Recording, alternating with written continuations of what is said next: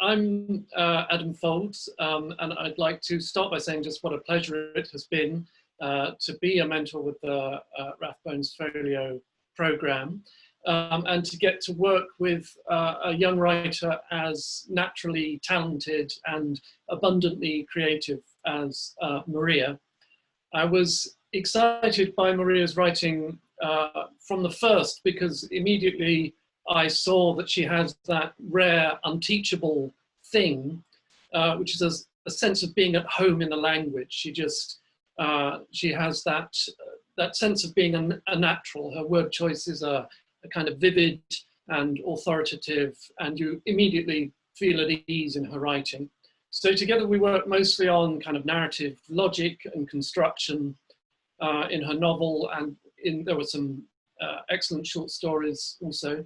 And it was always a pleasure, something I could look forward to, receiving the next installment of Maria's vigorous and adventuresome novel, The Blood Children. And I think you'll understand for yourselves now the pleasure that I got as I hand over to Maria to share some of that with you. Maria. Thank you, Adam. Hi everyone, I'm Maria. I'm going to be reading the beginning extract of the novel we've been working on, The Blood Children. Chapter 1, Cold Silver. Guinevere Bryn hoped the man in the hooded cloak had cleaned the blade of silver before pressing it against her throat, but she suspected otherwise. She shivered slightly, but held her ground. "I'm waiting," she said, folding her arms. The man in the hooded cloak, his eyes gleaming from the hole of darkness, pushed the cool metal further against her skin. She was sure blood was probably welling up around the pressure, but she didn't mind. She'd had far worse injuries before, falling over the pigsty gate and knocking herself out for one. But this was the first time she'd been threatened by a dagger, although she wasn't the intended target. She just hoped it wasn't covered in another person's blood. "Move aside."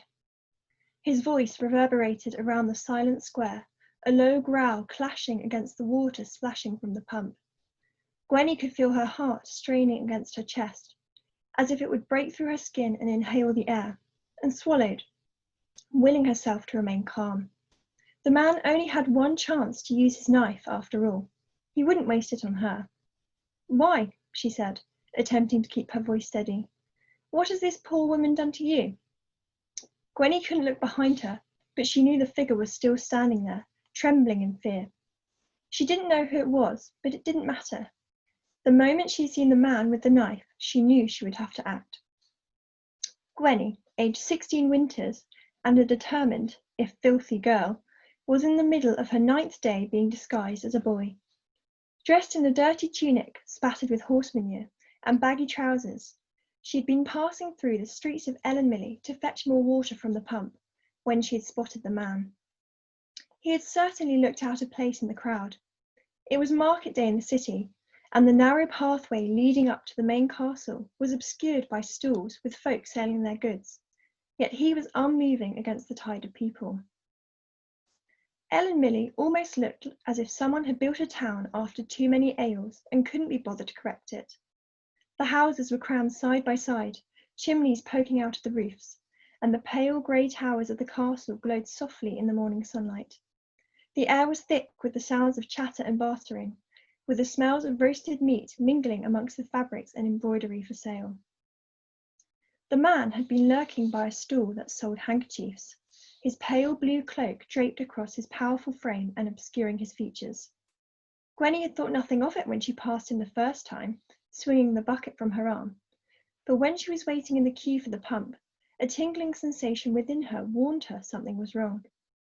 Why would a man, standing at a stall selling handkerchiefs no less, wear a hooded cloak on a warm spring day? Everybody else had discarded their cloaks and were proudly displaying their new dresses, made during the winter, having waited for a day like this to remove them from their chests. Gwenny had been in Ellenmilly, the capital of Ethua, the kingdom, for less than a fortnight, and she was still amazed at the friendliness and the sense of community that surrounded the lower town. Joyful greetings echoed around the castle walls as villagers from the surrounding towns entered the city to barter with the merchants, and even in her present state, spattered with wet hay and manure, Gwenny still received smiles and nods of courtesy from those she passed. She'd been sent there by her ailing guardian, Mrs. Bryn, to seek work in the city, to send money home to their little village. Having never ventured beyond the borders of her village her entire life, the week-long journey to Ellenmilly had been a daunting prospect for Gwenny, and she still couldn't quite believe she'd done it. Not only that, but she'd secured a job in the stables. Granted, that had been accidental and she had to pretend she was a boy, and was now being threatened at knife point. Village life was tame compared to this. On her first day in the city, she had marvelled at the silken triangles fluttering between the beams of the houses, and the cheerful bustle of the townsfolk as they went about their daily business, before she was shoved aside by a crowd of boys, all dressed similarly to her. Job's that way. A rough hand grabbed her shoulder before she fell over, the boy greeting her with a toothy grin. What job? Gwenny was sure he had mistaken her for another boy, but still felt compelled to ask. The boy extended a dirty hand towards her, and, after a moment's hesitation, she took it, following him to the entrance of the stables. Thank goodness she'd worn her hair tucked under a cap that day.